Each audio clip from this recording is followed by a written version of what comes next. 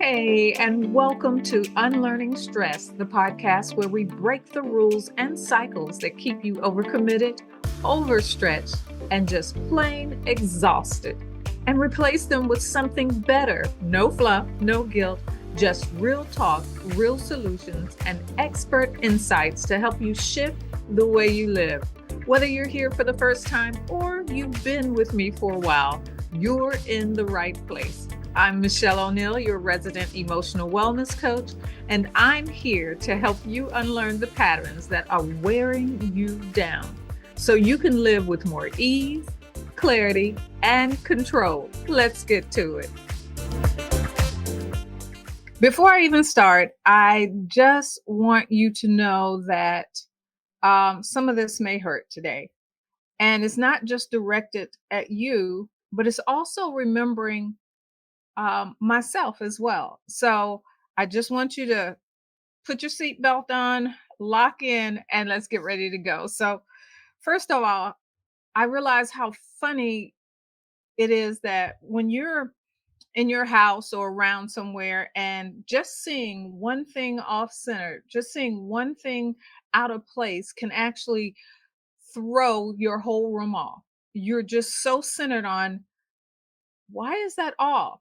I mean, I remember walking into hotels and seeing a picture behind the the person helping me at the front desk, and they're sitting there and they're trying to help me, and the whole time I'm looking at that picture that's slightly off.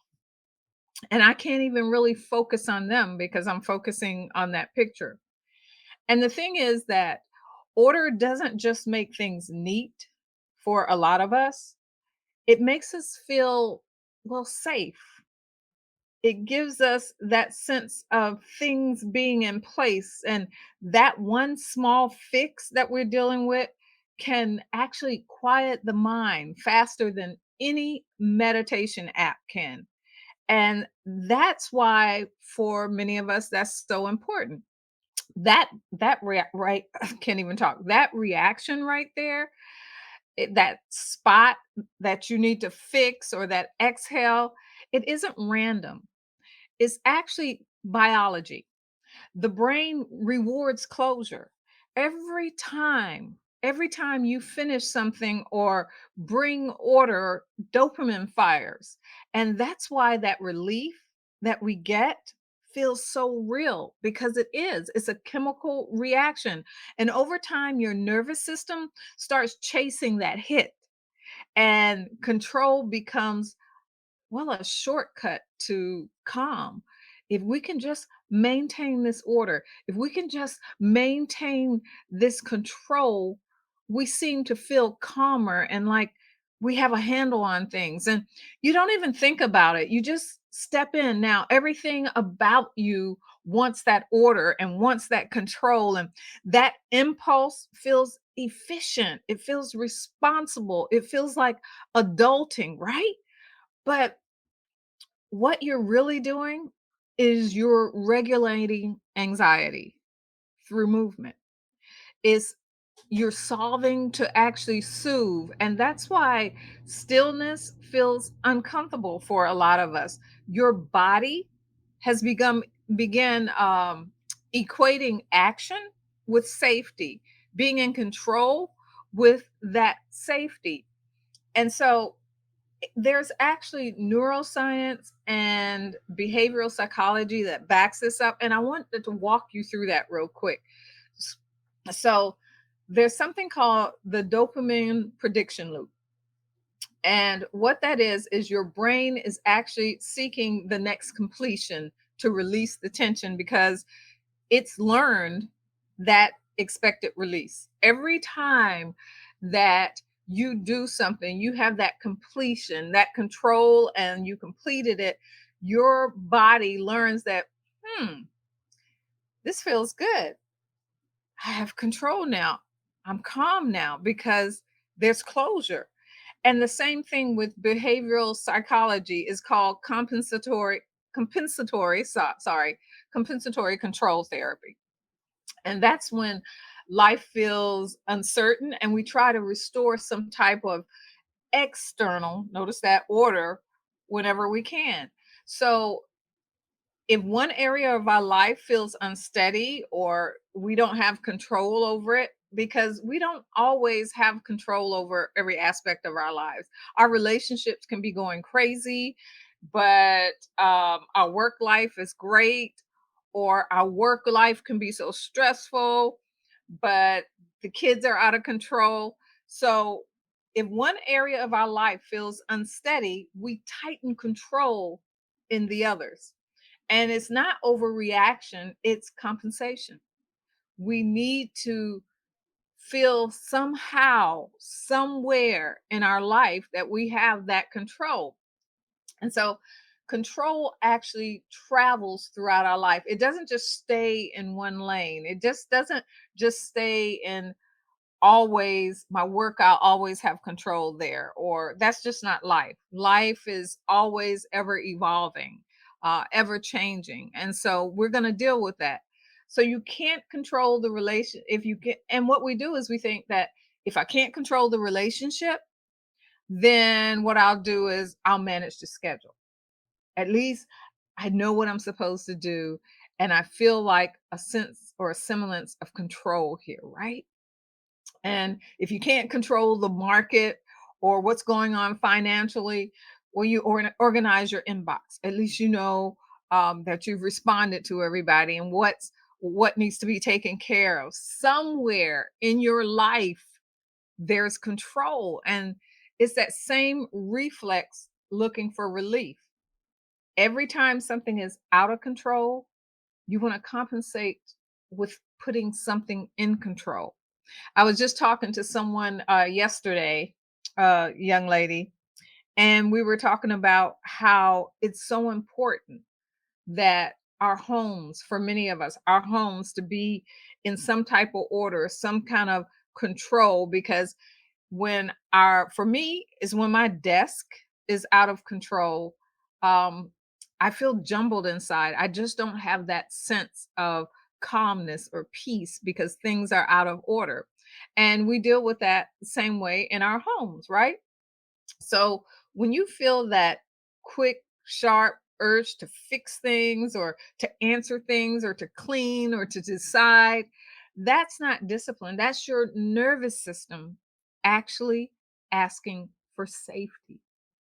Please, safety. And once you can see that, you're no longer just reacting. Now you're at the point where you can begin to observe that reflex and call it what it is and understand what's going on. So now that we're seeing how fast and automatic this seeking control, this running for control, and why we're running for this control, I want to look at there's a contradiction here, um, that we deal with also with control. And it is that we say we trust people or we trust things, yet our behavior, that wanting that control in that instance, keeps proving that we really don't. We don't trust. And it's a contradiction that we live with. Is this why we seek this control? And so one of the instances is that we trust people. We say we trust people, but somehow we're always double checking and going behind them, double checking their work or whatever it is. How many times do you, and I want to clarify this. How many times do you go behind someone in your home and check that they lock the door or they close the door? Or do you walk around your house at night and make sure all the doors are closed? So, is this saying you don't trust that person who was the last one to come in? Or or have they created the habit of not following through? So there's a difference between a person that has earned your trust or deserves your trust and a person who continually fails. So I want you to make sure you understand that there are people that we check behind all the time, that we need to check behind all the time, and that's because they have proven that they can't be trusted. That's not the person I'm talking about. That's not what we're talking about here. And so we call it, when we are going behind this person that we're supposed to trust, we call it follow up. Oh, I'm just following up on this. But they call it? micromanaging. And nobody likes to be micromanaged. So double check that. Now, what we're getting ready to go into is I always believe that as we deal with others, we also need to deal with ourselves. And we need to deal with ourselves in true honesty. And so the next few things that I want to talk about, we're going to have to be fully honest with ourselves. And if this is not you, great. But if you see yourself in here, I'm just bringing it to awareness. I just want you to be aware of it, so you can go through these steps or understand it the next time. So, my question is, which is it? Is it trust or control? So, is it trust or control when you step back after delegating, um, and notice what it is that's driving it?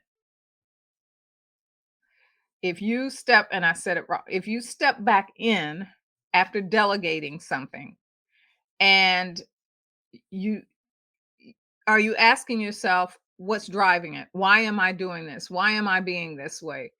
Um, is it that you don't trust them? Or if you feel you trust them, is it that you think you can do better?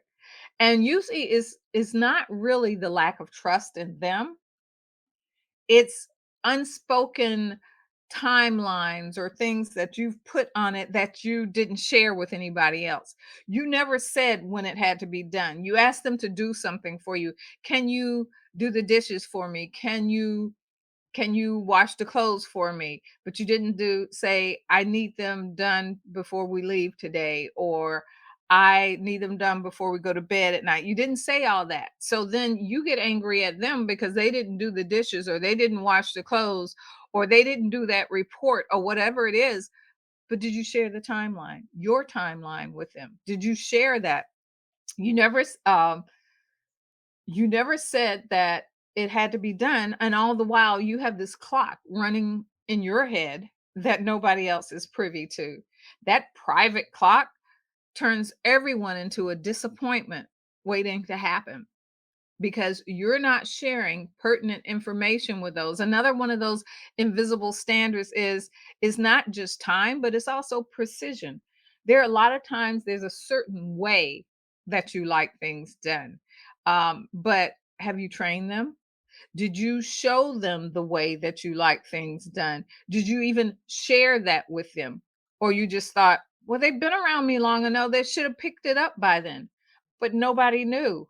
Yet you measure their worth against a rule book that only you can see because you didn't share that and you didn't do the teaching.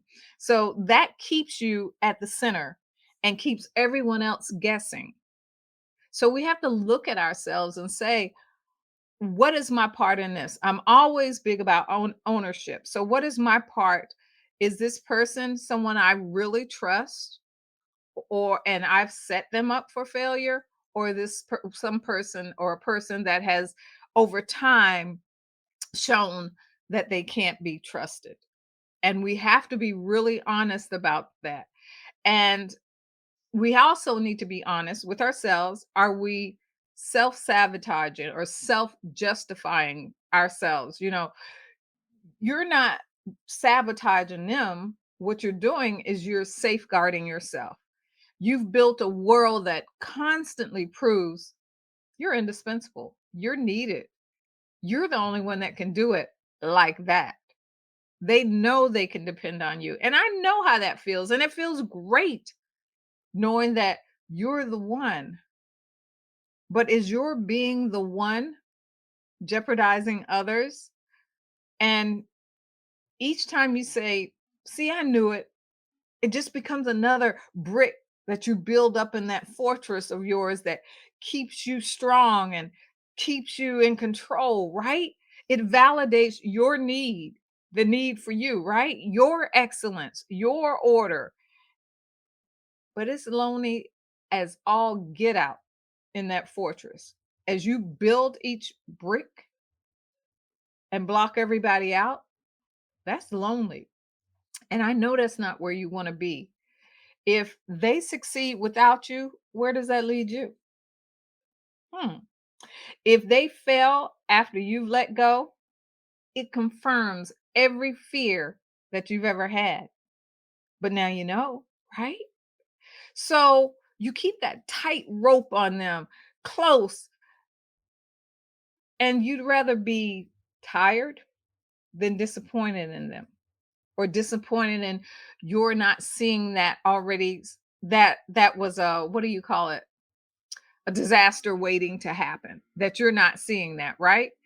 Every time help appears, what we do is we cut the rope before they climb. I always think of it as Rapunzel. Rapunzel sitting up. Remember, we just talked about that fortress we built of those blocks, right? So Rapunzel is sitting up there in this fortress, and she has her ropes of hair, her braids. We'll put her braids. She has more than one, and I'm gonna tell you why in a minute. But she has her braids hanging down, and she's asking for help, someone to get her out of this fortress of overwhelm and too much to do, right? And just as that help comes to climb, she cuts that strip of hair, that braid of hair, right? We say that we want dependability, but we never let them be dependable because we cut that strap, that strand of hair, right? Trust has to be tested. Yes, I get it. Can they climb? But we never let the test run to the full capacity. We never see if they can make it. So we live in that tower of our own making. It's safe, it's capable, and we're completely alone. Is that where we want to be? When someone calls on us, there are three things that usually happen if we build that fortress around ourselves. What happens is, one, and these things happen fast. One, you either defend yourself. I'm just making sure that it gets done, right? Every time I give someone this responsibility, every time I depend on someone, they fall through. And so for this person, they're trying to live up to your expectations because you've already labored, put on them all the baggage of everybody else. Or you deflect. You say, if people would follow through, I wouldn't have to. It's their fault. They just need to follow through and do what they're supposed to do. Again, have you trained them? Did you tell them? Oh, they should just know. And boy, oh, did I deal with that one. They should just know, right? I don't care who they are. I don't care if it's your spouse. I don't care if it's your kids. Nobody knows what's in your mind. I'm just telling you. So, no, they shouldn't just know. If you haven't trained them, if you haven't taught them, no, they don't know. If you haven't told them, they don't know. Nobody knows what's in your heart and what's in your mind if you don't articulate it. And then the final thing is you reflect. Later, you reflect on what happened. And that's where most of us find out or are honest with ourselves. We replay the conversation in our mind. We realize maybe they are right. Maybe I was expecting them to read my mind, and they don't know me like that. Or even if they know me like that, nobody can read my mind. If I've never shared those thoughts or those feelings before, ouch. Maybe I should talk to them. And that's the crack right there. That last one, that reflecting,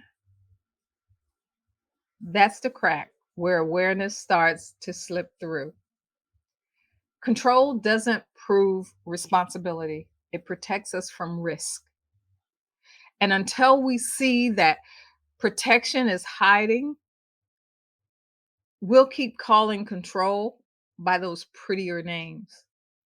So I want to talk now about what's really underneath it, the fear that actually is fueling that fixing. And The thing is, we're a lot of times it's control makes sense. It makes perfect sense until it doesn't. And you're thinking, if I can manage these moving parts, I can manage the pain. Control is a strategy, not a flaw. It started as protection from being disappointed. And sometimes it starts as a child and it's nothing big. It doesn't have to be anything huge, but it gives us the illusion that we can outplan the hurt. If we just do this, we can outplan that hurt. And disappointment over time had become our reflex. It's what we began to or we learn to expect. It, and like I said, it doesn't have to be some trauma. Sometimes it's something small in our childhood that we were let down and it left this deep imprint. Maybe we were a child and it was Christmas and we had gone to the store, the department store, and we told Santa what we wanted. We really wanted that one that I remember, and most of you won't know what it is a chatty Cathy. And this isn't my story, but this is a doll that I wanted. And you really wanted that chatty Cathy doll. Chatty Cathy, you pulled the string and she talked. And back then that was big. And so you knew that Santa was supposed to bring it to you on Christmas. And you woke up all excited that Christmas morning and you went down there and there was no chatty Cathy. The one person you thought you could depend on, Santa, didn't come through. You didn't get chatty Cathy. And that just destroyed your whole Christmas for you. On the outside, it's nothing big. It was a doll. She just didn't get it. We couldn't afford it. She didn't get it. But for that little girl, she learned then that one of the most dependable people in her life, or the person she thought never failed, always followed through, because that's the story we tell about Santa, he fell through. And so at that point, she says, if I stay ready, if I tell myself that I'm going to get disappointed, I don't have to feel like this again. I don't have to go through this to this level again. And so you begin to teach yourself that being disappointed, you don't care. That's fine. And your nervous system file that under your safety protocols, your safety precautions. And you've been running that protocol ever since. If you don't depend on someone, they can't let you down, and you won't feel that hurt of being let down. So you tell yourself, if I expect less, I'll hurt less. If I manage it myself, I'll never be blindsided again. But every time you tighten that grip, you replay that same pain in slow motion. You just dress it up as efficiency. Now I'm more efficient. Now I'm more prepared. So I won't be disappointed. Control becomes our way of rehearsing disappointment on our own terms. So, one of the other things that I thought about when I was preparing this is that control is like an emotional scar tissue. And most of you can relate with this, and if you can't, just bear with me. You have a C-section. Let's say you have a C-section or some kind of surgery and there's a scar there and it healed on the surface, but underneath is scar tissue. And so it's still sensitive underneath. So what we do is we build those routines, we build those rules, and the rigid system to minimize that friction so we don't feel that the nerve endings firing and that pain or that discomfort, because we remember how that last cut felt and we don't want to deal with that again. So now we wear clothes that are less tight, or we make sure that we don't irritate that area, we don't touch it, whatever it is. That's what we do with our lives. Before the scar, you want it to believe. You want it to believe in reliability. You want it to believe in love. You want it to believe in a world that can meet me halfway. Why am I not worthy to receive that, right? And that's what we were reaching for when we took the risk the first time. We believed control was never the goal here. It was the guardrail that we put in place after the crash. The wall that protects, what it does is it also isolates. You lose texture, you lose spontaneity, you lose intimacy, and you lose creativity because that wall that is or has slowly built up around you. You trade risk for reliability and you end up with routine. I always say risk is good, but I love calculated risk, not blind risk. And that's what you have to learn to put in place is what I call calculated risk. So, can you think? Here's my question for you. Can you think of one place where you built structure to protect yourself? And it also shuts something or someone out that you actually wanted. And I'd love for you to type one word, share with me one word or emoji that represents that area that happened in, whether it was your work, whether it was in a relationship, whether it was in parenting or in love.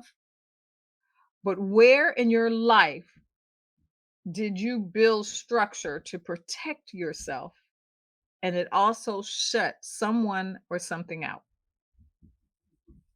And even if you don't share it, I want you to think about that and I want you to name it, because behavioral scientists call this anticipa- anticipatory coping, and it's managing emotion before the emotion happens. It works in emergencies. I'm not saying that we shouldn't do this. It's great in emergencies. But when it runs 24/7, it becomes emotional over control. And that's not where we want to be. Control started as wisdom, right? But that wisdom turned rigid and it becomes your armor. I'm not saying control is bad. We know that. Most things in life are not bad. It's the misuse or the overuse of them that runs us into trouble. And so the real logic of control isn't wrong, it's just outdated. You built it to keep you safe from hurt that was built on something in the past. Is great as a lesson, but it's now keeping you safe from hope. Is this if this is really resonating with you, if this is hitting with you, if you see where that scar tissue still dictates how much you trust, I want you to make sure that you continue to follow so that you don't miss next week, which will also be Thursday at 12 o'clock, because we're going to talk about what's beneath this reflex that we're talking about today, the fear that actually fuels the fixing. And look, if this is the kind of conversation that you want to be a part of, not just me talking to you or with you on a live, but us having that conversation, I would love for you to join me inside this community that we're building called the Undivided Community. And I'll even explain why we label it undivided. And it's a curated space. That's exactly where we start to unpack these patterns together. And so we're going to start with how control. Right now, I want to talk a little bit more about how this control reinforces itself, because control doesn't always look like running a meeting, right? Sometimes it's just in control. You're in control of that meeting. So yeah, you're in control. But sometimes it's just not letting someone open the door for you. And I struggled with this a long time growing up as a young woman in society. I didn't want anyone to feel like they had to do anything for me. I was self-sufficient. I could take care of myself. I didn't need you. And I sure didn't want to owe you something and you throw that back in my face. So for some of us, that control does look like just allowing someone to open the door for you. And we can call it independence and we can call it being efficient, but underneath it's the reflex to not be to not need to not need someone else to step in for you, to not be insufficient. Because if you don't need, you can't be disappointed. Because if you don't need anything and someone doesn't follow through, you're not disappointed, right? In that second, your brain says, I don't want to owe anybody anything. I don't want this to be used against me later. What I just said, it sounds responsible, right? But what you're really saying is, I don't trust that kindness comes without strings. No one's going to be kind to me just because they want to be kind. There's something behind it. And you think you're communicating strength, right? I'm strong, I'm independent. But what they're hearing is distance. You're saying, I've got it. Thank you, I've got it. And they're hearing, she doesn't want me close. So they stop offering. And you wonder why nobody opens the door for you, nobody offers to help you. Go back and look how many times you've turned down their help. You've shut down their kindness. And so they've stopped showing up and stopped trying because you've proved to them that no matter what they do, they're not going to take your help or they're not going to need your help. Then you read their silence, they're turning away from you, they're giving up as proof that people can't be counted on, that you were right all along, because they don't ever ask you for anything or they don't ever ask to help you anymore. They don't step in, they don't help because you don't allow them to. So you tighten the grip and you step in faster next time. Never mind, I got it. That's okay. Right? You control more. It's a cycle that feeds itself, safety through isolation, because you've learned somehow in your mind that the only one that you can depend on is you. But is that true? Because later, when the dust settles, you feel that pain, that recognition that maybe you pushed too hard and you shut someone out. But instead of sitting in it, you go straight into that fixing mode. What can I do to make it right? We know we messed up, but we want to control that too. We want to step in and we want to fix it, make it right, and manage their feelings. Even our repair is control in disguise, managing the moment so that it doesn't hurt again. Look, that's how deep this reflex runs. Even when you want connection, your first language is management. You don't mean to push people away. You're just trying to stay safe. And who doesn't want to be safe? Who wants to feel hurt? But I want you to be honest with me. What's one small gesture you usually refuse that might actually be someone trying to take care of you? Something small like opening the door. What's one small action, let me know, that you refuse that may be someone just trying to show care or kindness or love or respect towards you? And go ahead and drop it in the comments if you're catching me live. Psychologists call this over control, and it's a pattern where the same skills that make you effective at work quietly starve you of support in life. The nervous system gets used to managing alone. Receiving actually feels foreign or wrong or not natural. So control doesn't just live in how you lead, it lives in how you let people love you. Every "I've got this" builds a wall that keeps proving that you're right, but still leaves you alone inside, isolated.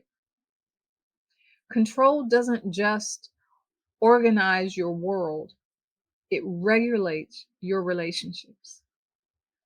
When every interaction is managed, genuine connection can't breathe. You start losing the art of honest exchange because comfort now depends on control.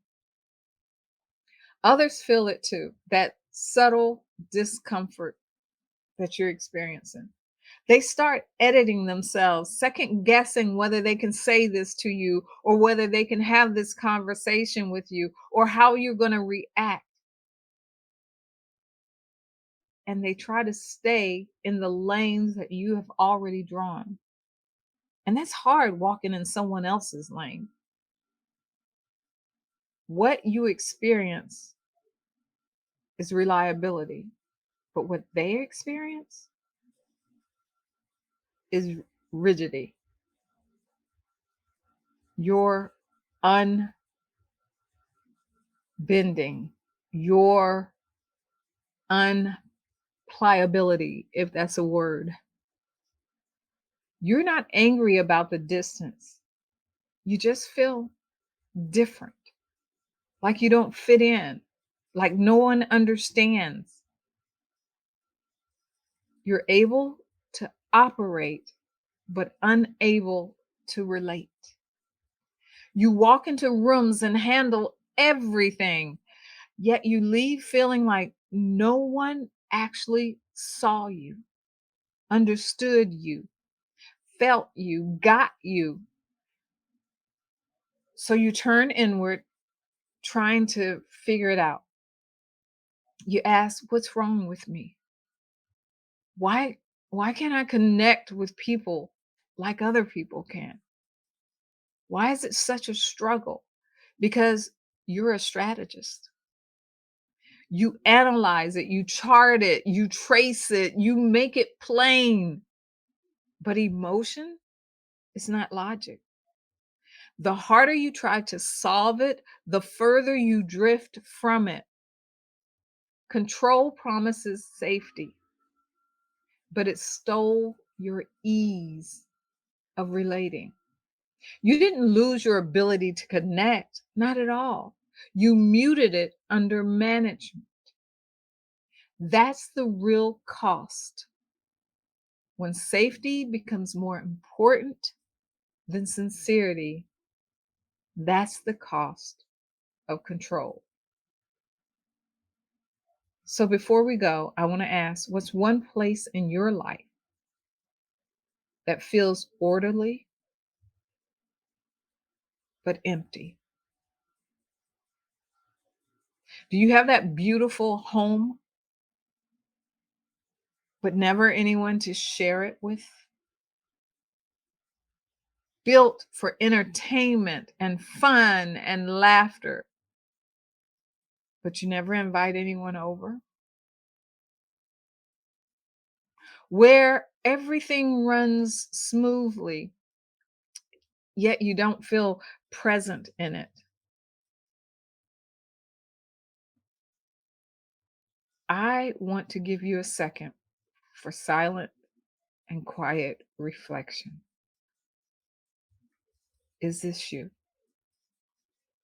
So this week, it's all about awareness, not fixing, not blaming. I just want you to see where this control shows up in your life. It's just about noticing where control protects you and where it quietly isolates you. And next week, we're going to move into how do we accept that this is what's going on.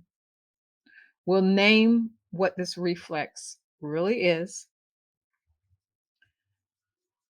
what it's really protecting, and why letting go feels so risky, even when you know better, even when you know what's going on. Why can't you let go? Look, again, if you got something from this conversation, or you know someone who would benefit from this conversation, if this conversation has helped you see yourself a little clearer, I want you to follow, subscribe, so that you don't miss next week's conversation. And if you're ready to explore these patterns in a community, and it's a free community, but it's a curated community, I want you to join me in the Undivided. And I'll put the link in the show notes. It's where we turn awareness into calm and sustainable change. It's a community that you build and we build together. Until next time, thank you for being here with me. Thank you for going through the hard things. And thank you for being honest with yourself. Take care. Bye bye. If this episode hits home, don't just push it aside. Lean into it. Subscribe so you don't miss what's next. And connect with me on YouTube, LinkedIn, and Substack, where we go even deeper. Links will be in the comments. And if you're ready to start unlearning the patterns that keep you stuck, keep listening, because real change happens one choice at a time. I'll see you next time. Take care. Bye-bye.